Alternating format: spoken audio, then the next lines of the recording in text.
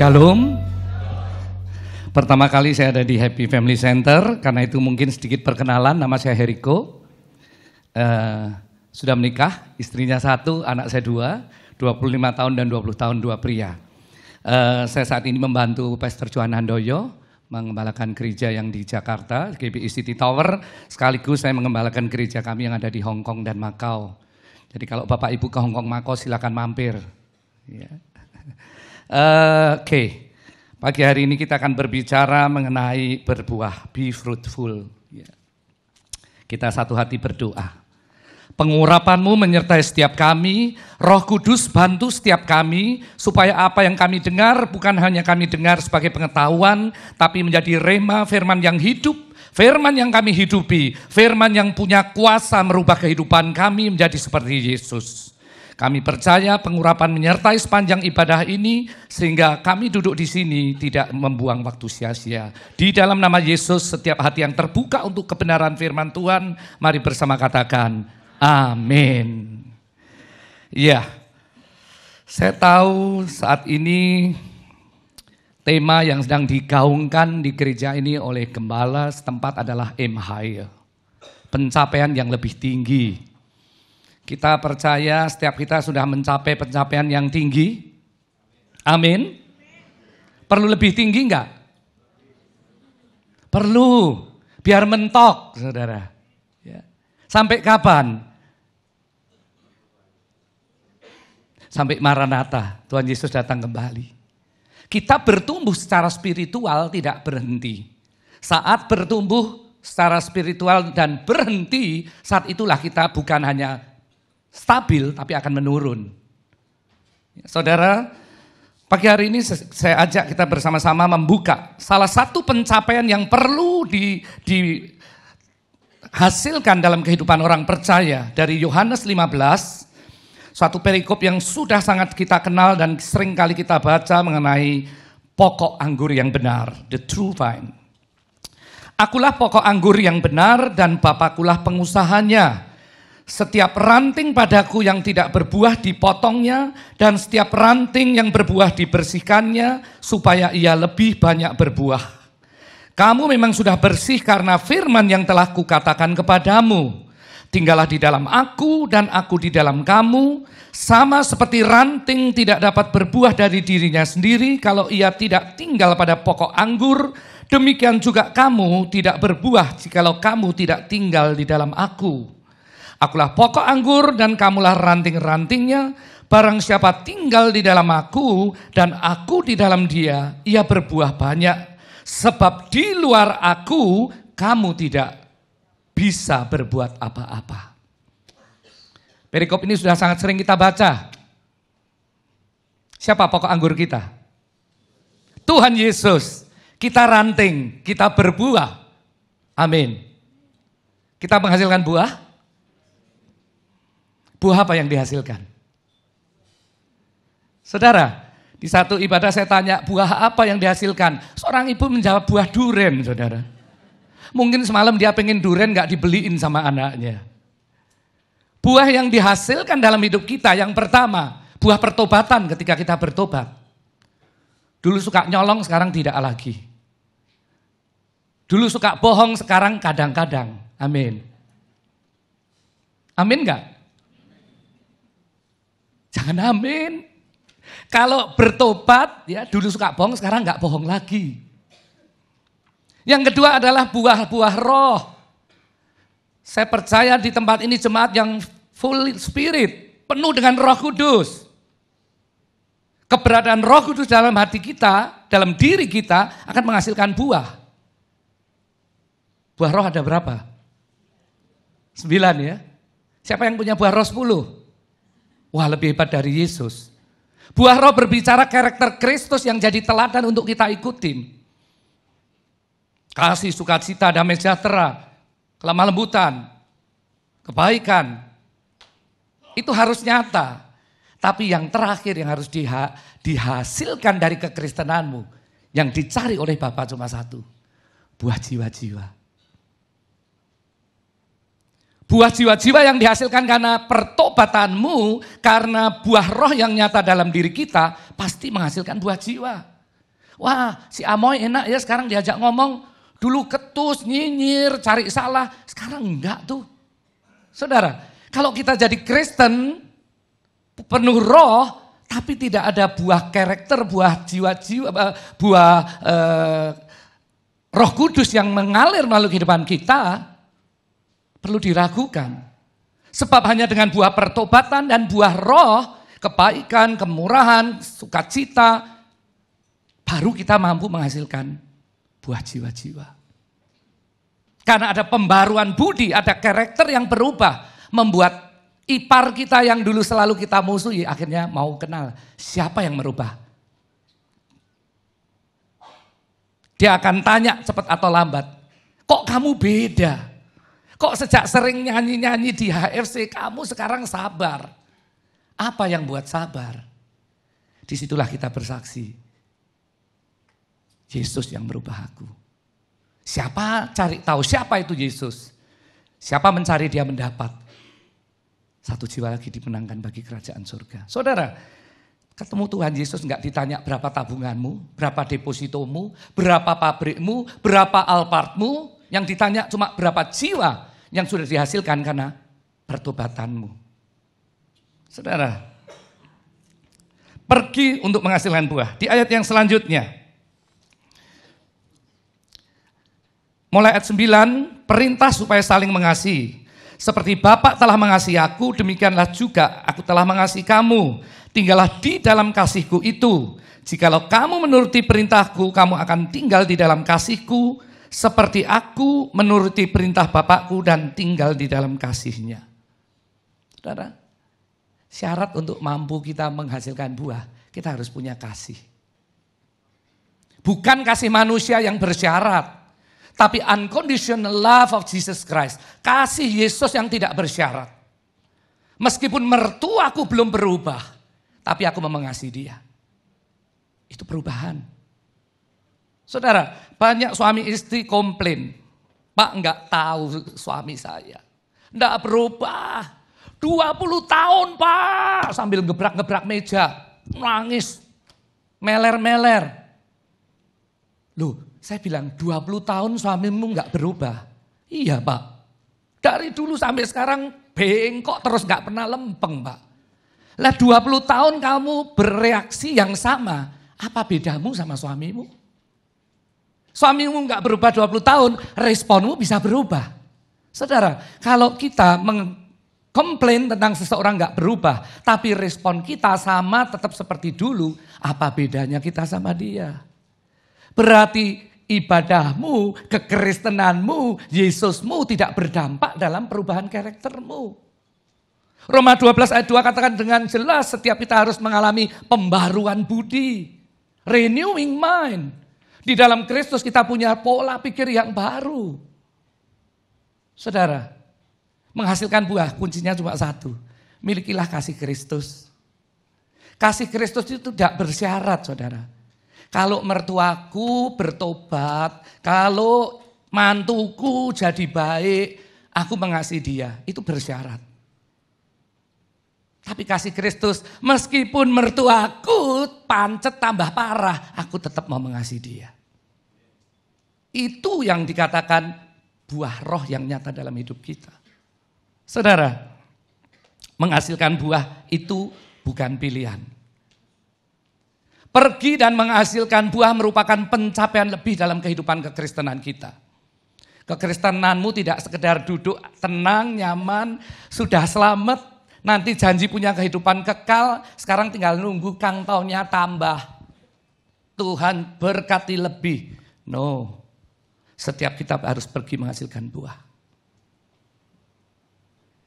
Ingat amanat agung Matius 28 ayat 19-20. Pergi jadikan semua bangsa muridku. Tidak hanya untuk pendeta di situ, itu berlaku untuk setiap saudara dan saya yang sudah diselamatkan. Karena itu dikatakan kita sebagai orang-orang yang berhutang. Pergi dan menghasilkan buah. Saudara, kita panggil Allah kita itu Bapak loh.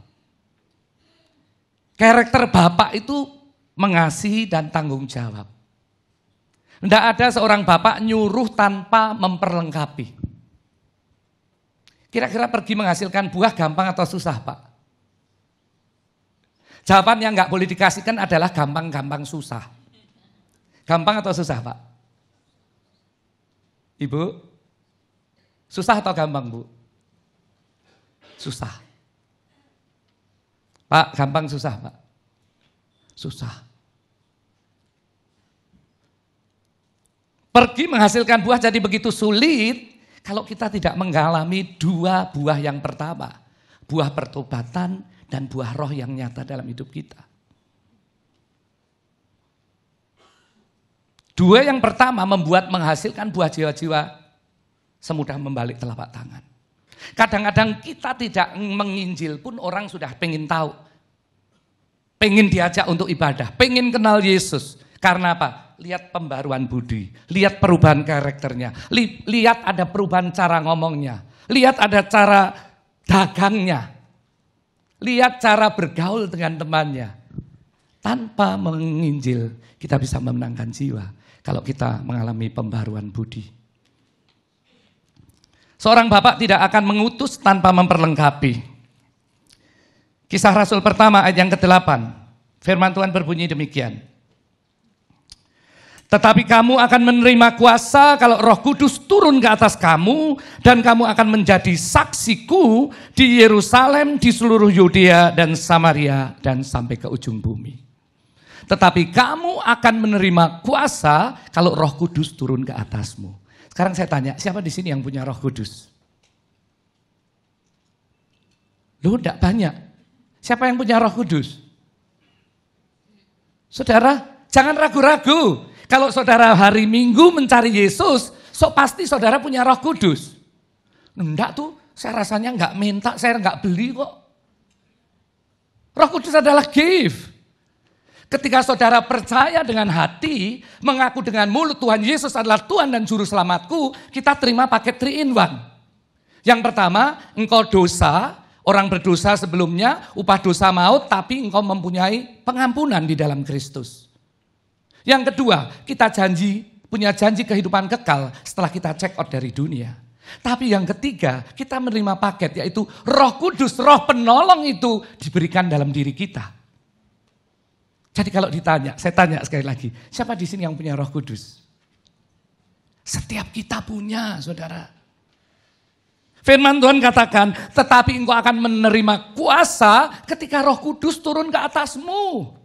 Saudara, kita punya kuasa. Roh Kudus, tadi dikatakan Pak Sutrisno, roh yang lebih besar dari segala roh dunia ada dalam diri saudara dan saya. Firman Tuhan mencatat, bukankah tubuhmu adalah bait Roh Kudus? Roh Kudus tinggal di dalam diri kita.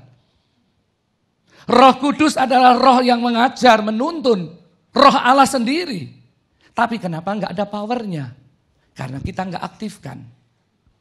Kemarin dalam doa puasa di tempat ini saya jelaskan bagaimana kita hanya bisa bergerak.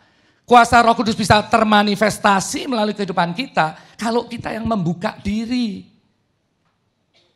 Kita ini manusia yang diciptakan luar biasa. Saudara dan saya punya free will, kehendak bebas.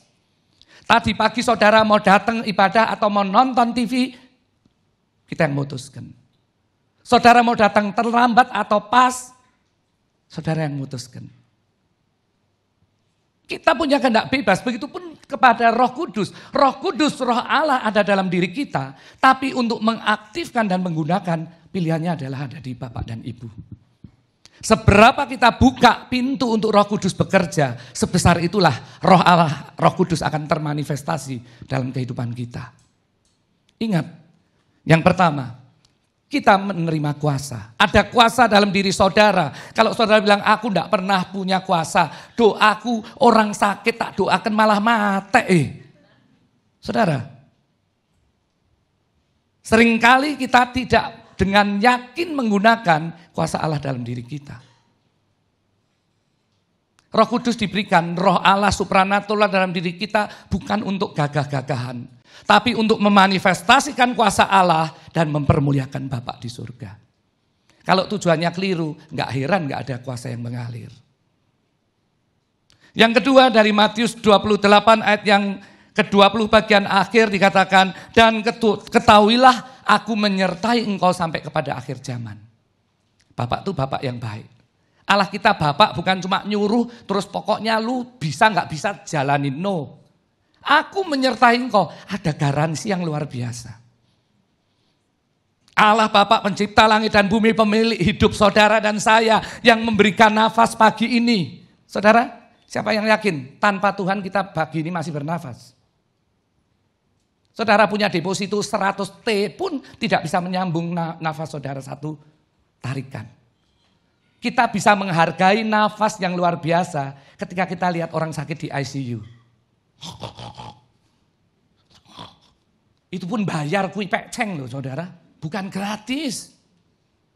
Kalau kita mensyukuri setiap pagi, saudara bilang Tuhan terima kasih. Every morning kita punya alasan, setiap pagi kita punya alasan paling besar untuk mengucap syukur. Untuk apa? Untuk nafas yang gratis saudara.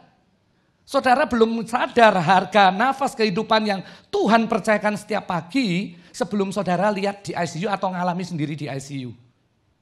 Satu tabung aja bayar saudara.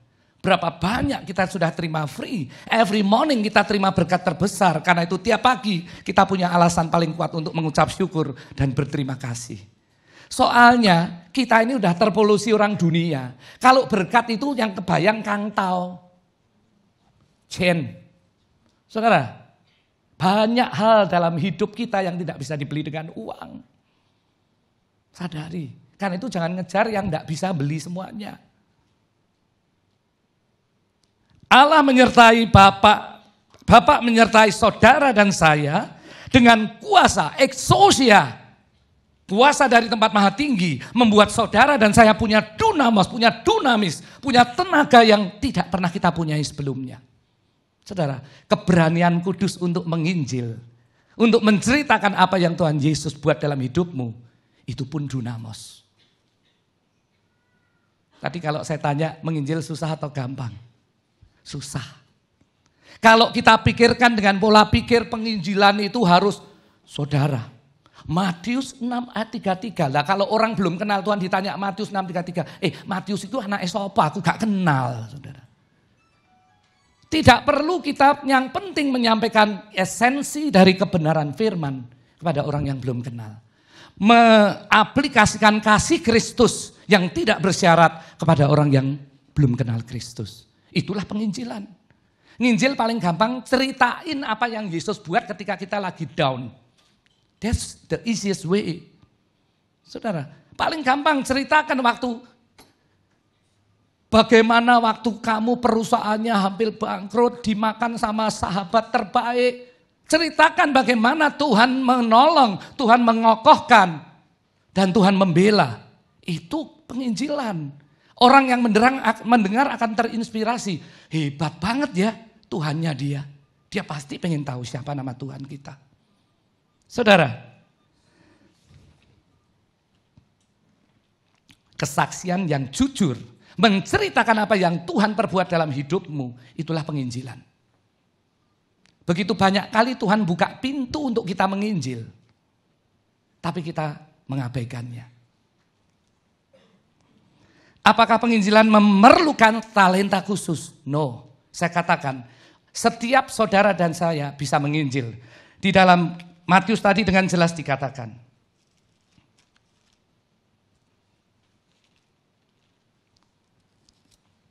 Di ayatnya yang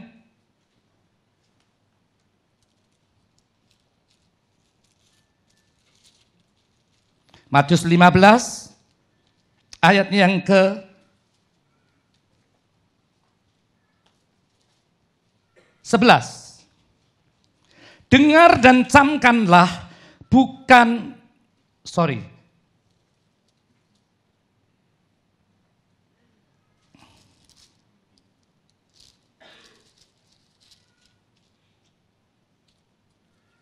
Yohanes 15. Kembali ke Yohanes 15.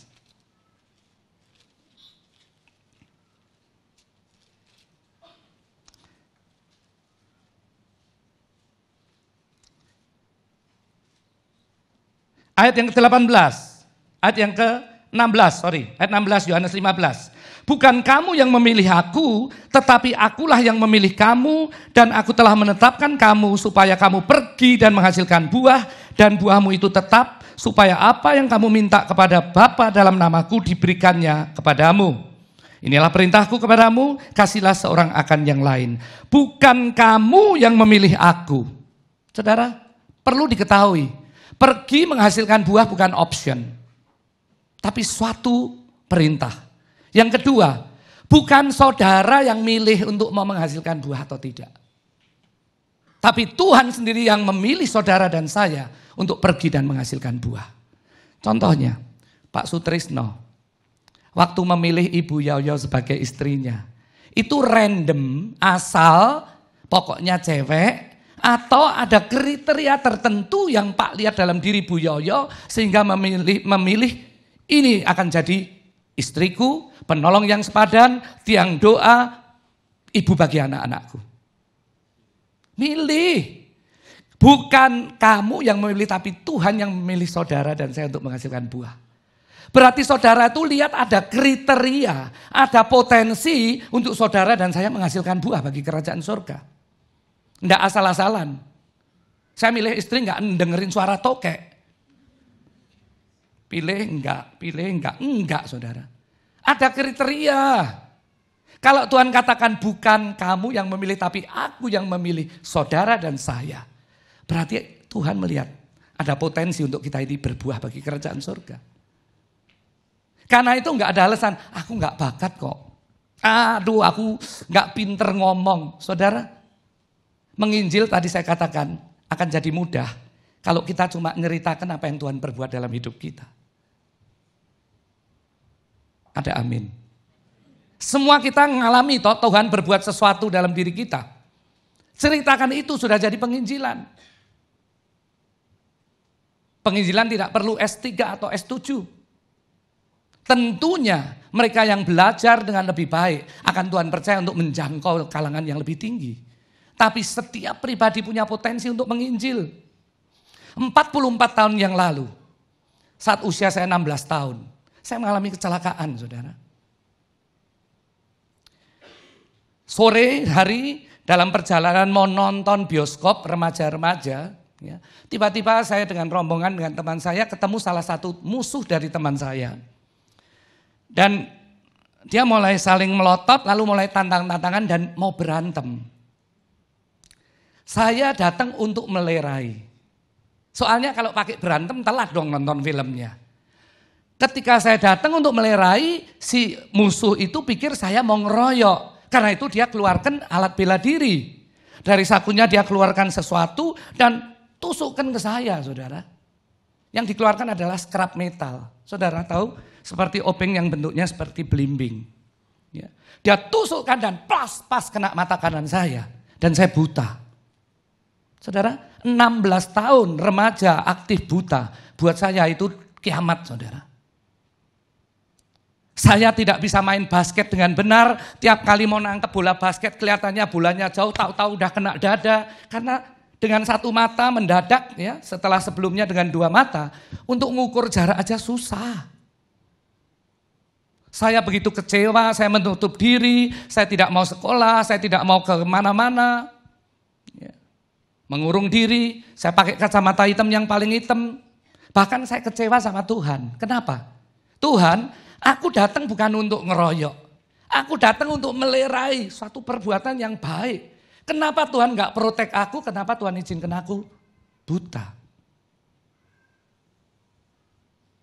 Saya mengurung sendiri, self pity, menyesali, marah sama lingkungan, marah sama Tuhan. Ya. Majelis datang doain. Pembina remaja datang mendoain, tapi tidak pernah membuka hati saya.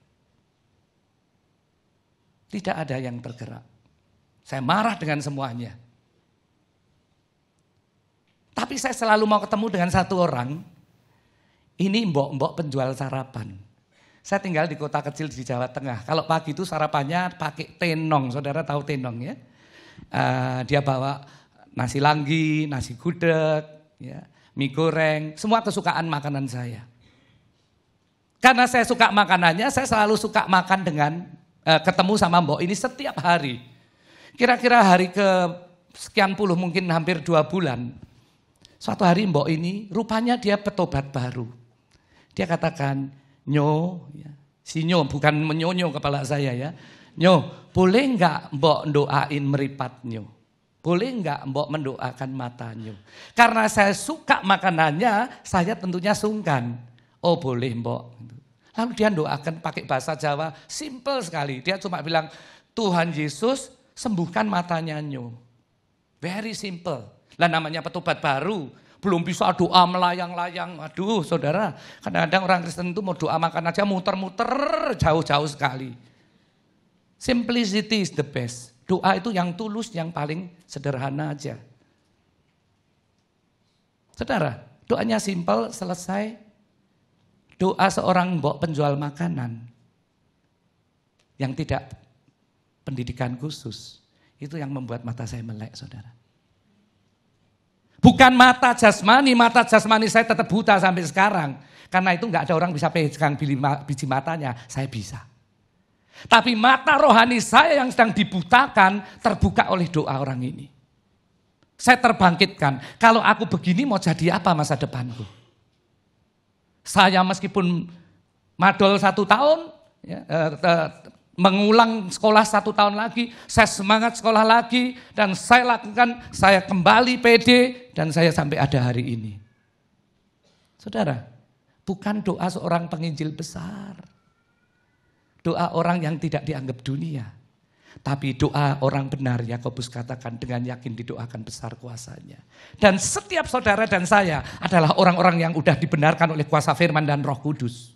Karena itu saudara dan saya punya kuasa, punya kesempatan untuk mendemonstrasikan, untuk menerobos hati yang sedang pahit. Dan mereka mengalami pemulihan. Saudara, satu anak sekolah SMA lulus namanya Mary. Mary ini ya punya geng 4 orang, cewek semua. Lulus sekolah mereka rame-rame cari kerja. Cari kerja, di interview, yang 3 langsung diterima. Centil-centil, cewek-cewek remaja. Tapi Mary ditolak. Kenapa? Karena Mary ini badannya sedikit berbobot. Ya, alias gemuk. Udah gitu ngomongnya gagap. Di interview sama personalia ditanya, nama? Mary. Loh orang gini mau jadi SPG bagaimana? Saudara, ditolak. Tapi teman-temannya bilang, aduh Pak tolong kasih kesempatan. Kami ini selalu kompak berempat, makan 1 piring, tidur 1 bantal. Kasih kesempatan dong sama Mary. Hanya oke deh, coba Mary dicoba. Ya. Dapat jabatan yang simple sekali. Yang centil, paling centil dikasih jabatan fashion, pakaian. Yang pinter ngomong, pinter dandan di counter kosmetik. Ya. Yang satu lain lagi dikasih jabatan yang bagus. Tentunya selain gaji dapat insentif. Tapi Mary karena dengan segala keterbatasannya, dia cuma diletakkan di bagian pembungkus barang sebelum ke kasir. Ini barang, dia kerja di toko outlet. Di mana barang-barang kadang-kadang ada barang-barang yang cacat, mungkin kancingnya putus. Tugas dia hanya meriksa dan nunjukkan ke pelanggan bahwa ini kancingnya putus jadi beli atau enggak. Saudara kan gampang, enggak perlu banyak ngomong. Ya.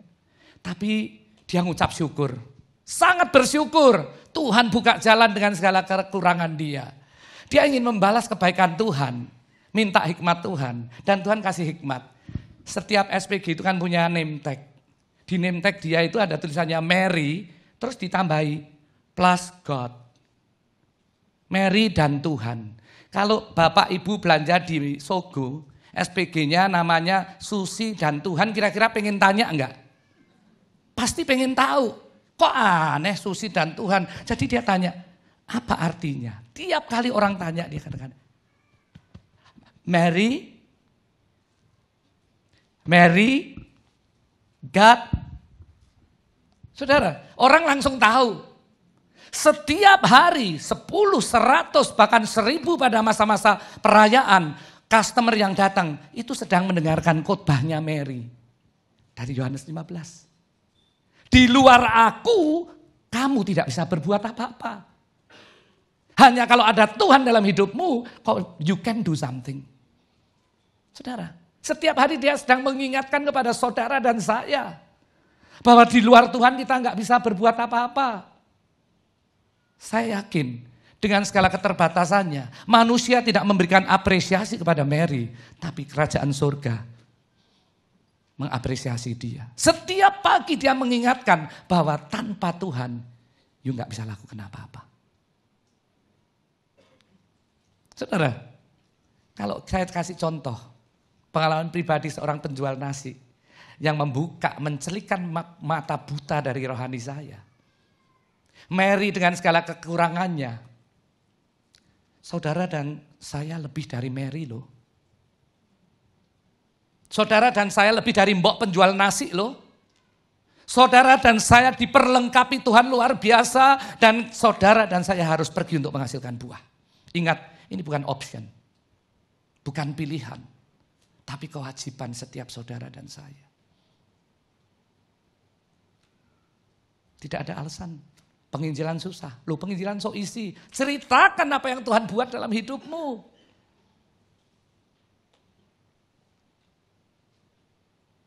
Masih ada waktu. He's coming soon. Dia datang segera. Tapi masih ada waktu begitu banyak yang Tuhan percayakan dalam kehidupan kita, untuk kita pergi dan menghasilkan buah.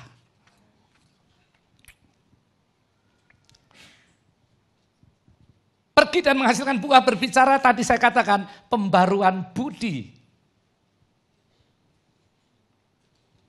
Siapa di sini yang pinter khotbah?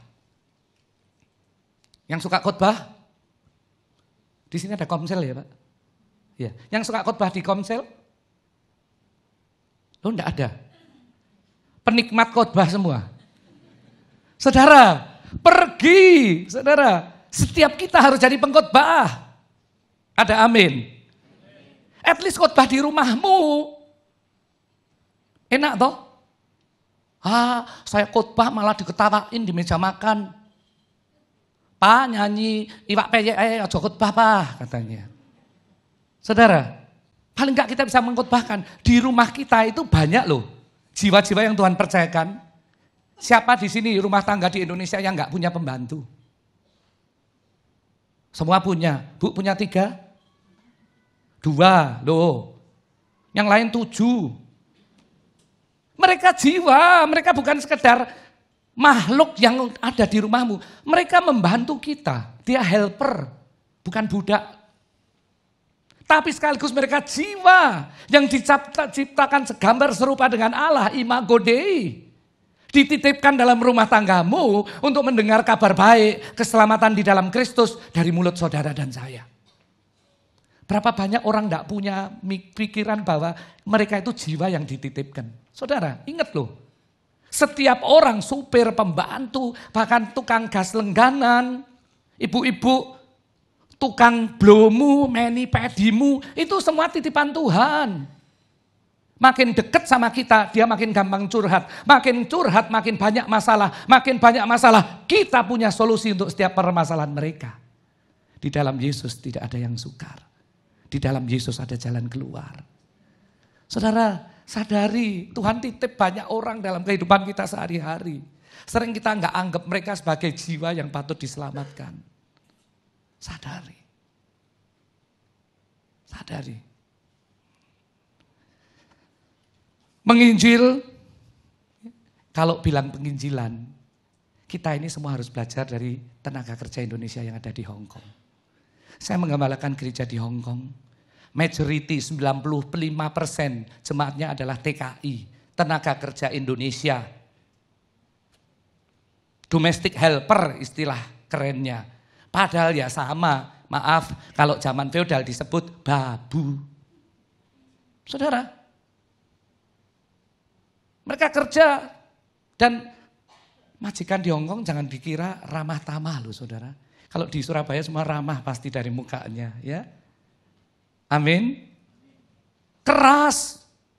Berapa tahun yang lalu ya, ada peristiwa seorang pembantu rumah tangga Indonesia ketahuan oleh majikannya memasukkan maaf pembalut bekas. dalam sop majikannya. Saya bayangkan itu kalau nggak sop tomat ya tom yam goong. Kemerah-merahan jadi nggak ngeh. Ketika sopnya habis baru ketahuan, diperkarakan. Herannya hakimnya ini entah pakai hukum yang mana. Dia bilang bebas karena darah tidak membahayakan kesehatan manusia lain. Tapi kan jijik ya Pak. Tahun lalu seorang pembantu lagi Indonesia memasukkan air seni dalam kopi majikannya. Ketahuan, dihukum saudara.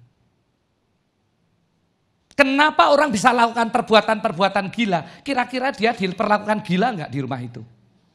Pasti. Mereka orang sederhana. Semut kalau enggak diinjak juga enggak menggigit kok. Terlalu ditekan. Tapi saudara, dengan keterbatasan mereka punya compassion.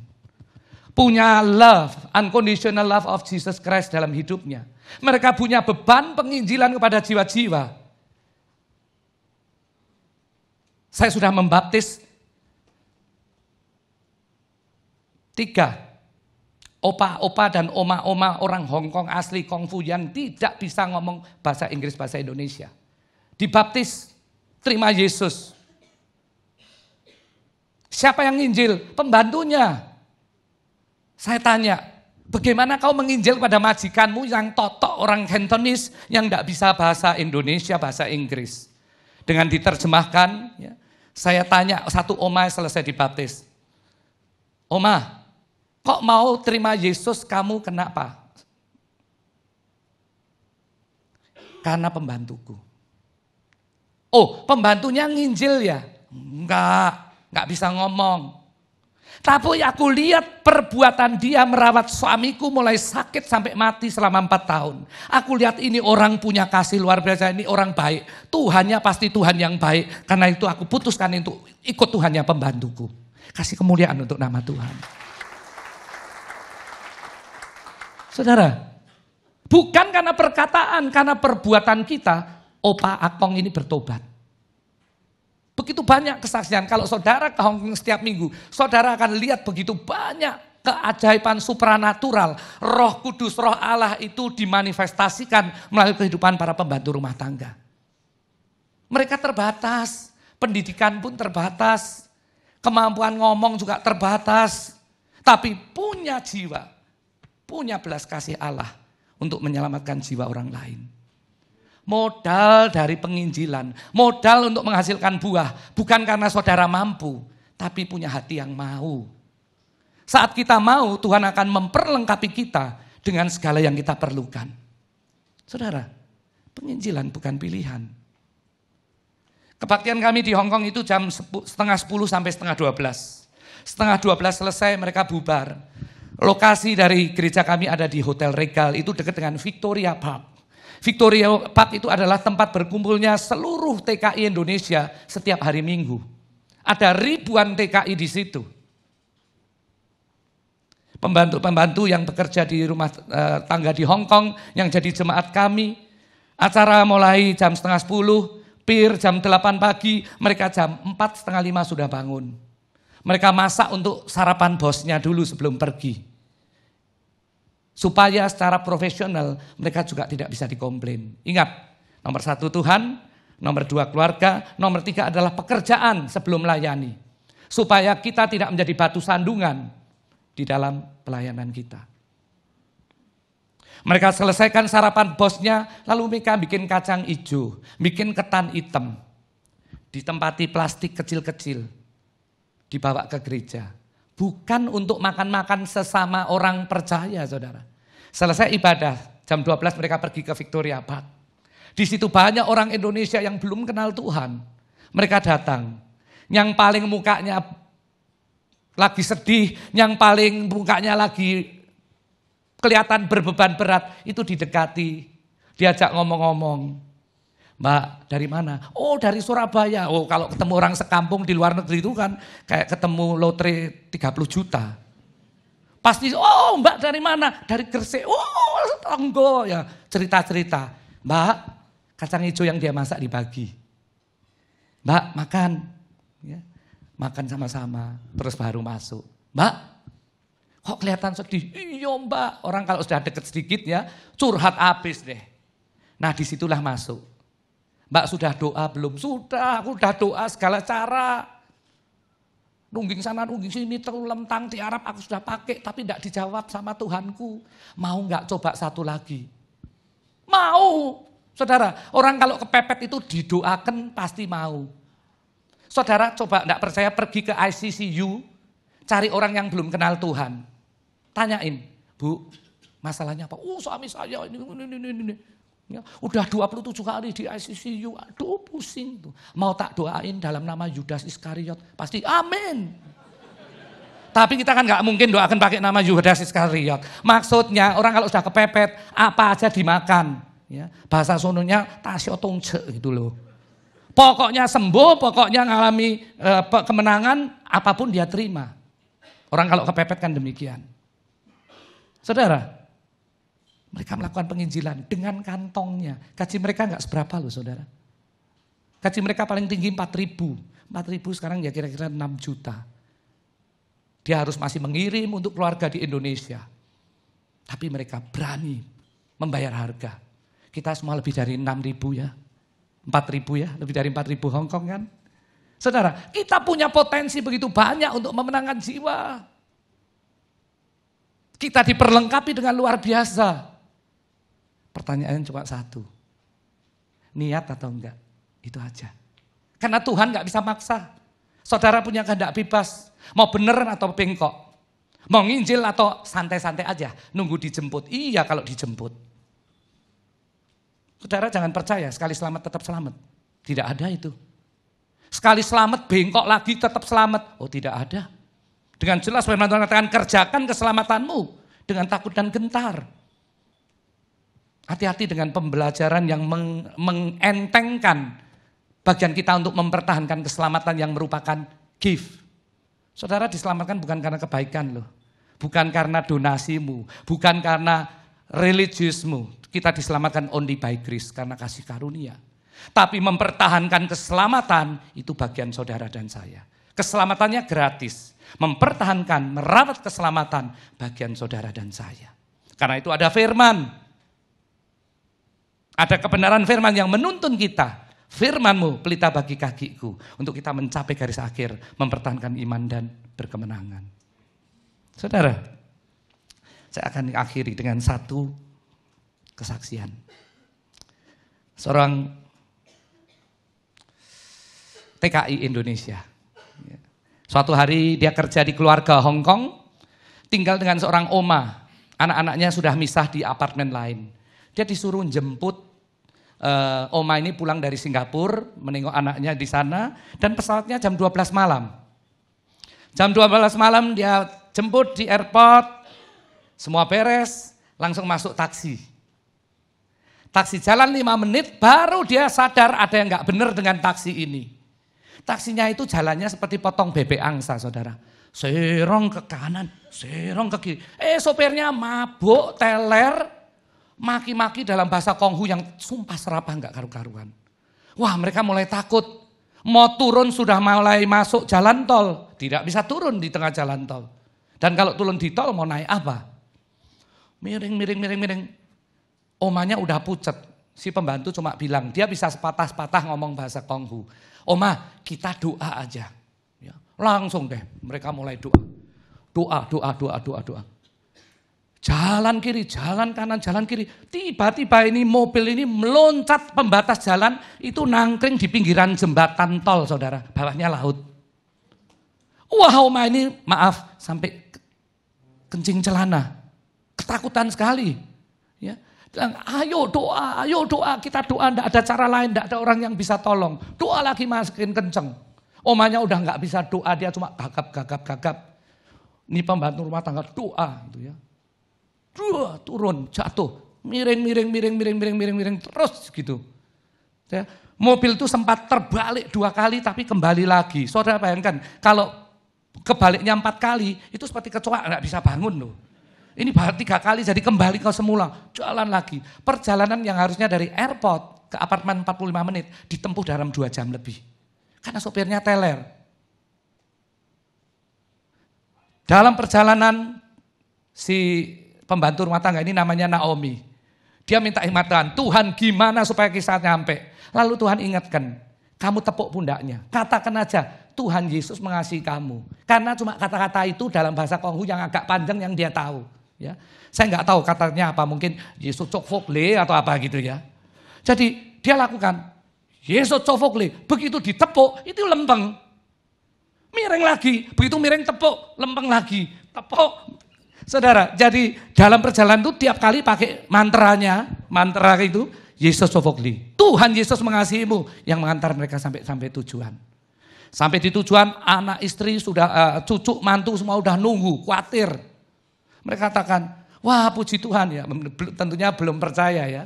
Satu anaknya sudah kenal Tuhan, lainnya belum. Wah akhirnya sampai juga ya, terima kasih. Mau pulang enggak boleh sama oma ini. Hei, jangan pulang, dengar dulu. Dia katakan gini, lu tahu enggak, dari awal kita punya masalah, kita dua-dua doa. Tapi Tuhannya Naomi yang dengar doanya. Aku sudah berhenti berdoa. Ini ajaibnya Tuhan Yesus. Satu bahasa Konghu, satu bahasa Jawa, Tuhan tahu loh. Enggak bingung saudara. Doanya Naomi yang dijawab, aku sudah enggak bisa ngomong, dia terus doa dan dia dapat itu. Tuhan Yesus mengasihimu dan kita sampai di tempat ini. Wah anak-anaknya oke. Satu kali lagi, minggu ini aku minta dibawa ke gereja. Gereja yang mana? Saudara, 1 jiwa dimenangkan bagi kerajaan surga. Karena apa? Karena dia mengalami secara pribadi bagaimana Tuhan berperkara dengan dia. Saya percaya umur kita beda. Pasti kita punya pengalaman-pengalaman pribadi. Ketika rumah tanggamu gonjang-ganjing, ketika anakmu kena narkoba, ketika perusahaanmu hampir bangkrut. Ketika masalah-masalah yang menekan ada dalam hidup kita, kita semua punya kesaksian. Bagaimana Allah berperkara dalam hidup kita. Dan gunakan kesaksian itu untuk menginjil. Pertanyaan Bu, sekarang nginjil susah atau gampang? Loh, cuma ceritakan yang Ibu alami bersama Yesus. Gampang ya Bu? Jadi mulai pulang dari sini nginjil ya Bu? Amin saudara. Ayo, lakukan. Pergi dan menghasilkan buah adalah aim higher. Pencapaian yang lebih tinggi dari kekristenanmu. Saudara duduk bertahun-tahun di tempat ini jadi penghangat kursi. Sampai kursinya lengganan dekok. Tapi kalau tidak pergi menghasilkan buah, tidak ada poin di atas. Saudara pergi menghasilkan buah mungkin cuma tukang blomu yang leot-leot di salon. Tapi ketika dia curhat, Bapak Ibu bisa memberitakan ada solusi, ada jalan keluar di dalam satu nama di atas segala nama Yesus. So easy. Dan ingat, saudara dan saya diperlengkapi lebih daripada penjual makanan. Saudara dan saya diperlengkapi lebih daripada yang lain. Daripada tenaga kerja Indonesia yang ada di Hong Kong. Saudara dan saya sangat potensial. Tuhan tidak pernah salah pilih. Firman Tuhan katakan, bukan kamu yang memilih aku, tapi aku yang memilih saudara dan saya. Untuk pergi dan menghasilkan buah. Ingat, apapun yang kita lakukan, ketika kita untuk melakukan apa yang Tuhan perintahkan, kita tetap pasti terima upah. Kolose 3 ayat 23 katakan, lakukan segala sesuatu seperti untuk Tuhan dan bukan untuk manusia. Ayat yang kedua 4 katakan dengan jelas, sebab dari Tuhan kita akan menerima bagian yang ditentukan sebagai upah. Masih ada waktu saudara, masih ada waktu. Begitu banyak orang-orang yang disodorkan dalam kehidupan kita untuk mendengar kabar baik, keselamatan di dalam Kristus. Itu melalui mulut kita. Kalau hari-hari lalu kita banyak mengabaikan, hari ini responi. Karena itu cara satu-satunya untuk aim higher level in your spiritual maturity. Untuk mencapai pencapaian yang lebih tinggi dalam kedewasaan rohanimu. Sebab secara langsung ketika engkau memberitakan kabar baik, kita sedang mempunyai adik rohani dalam kehidupan kita.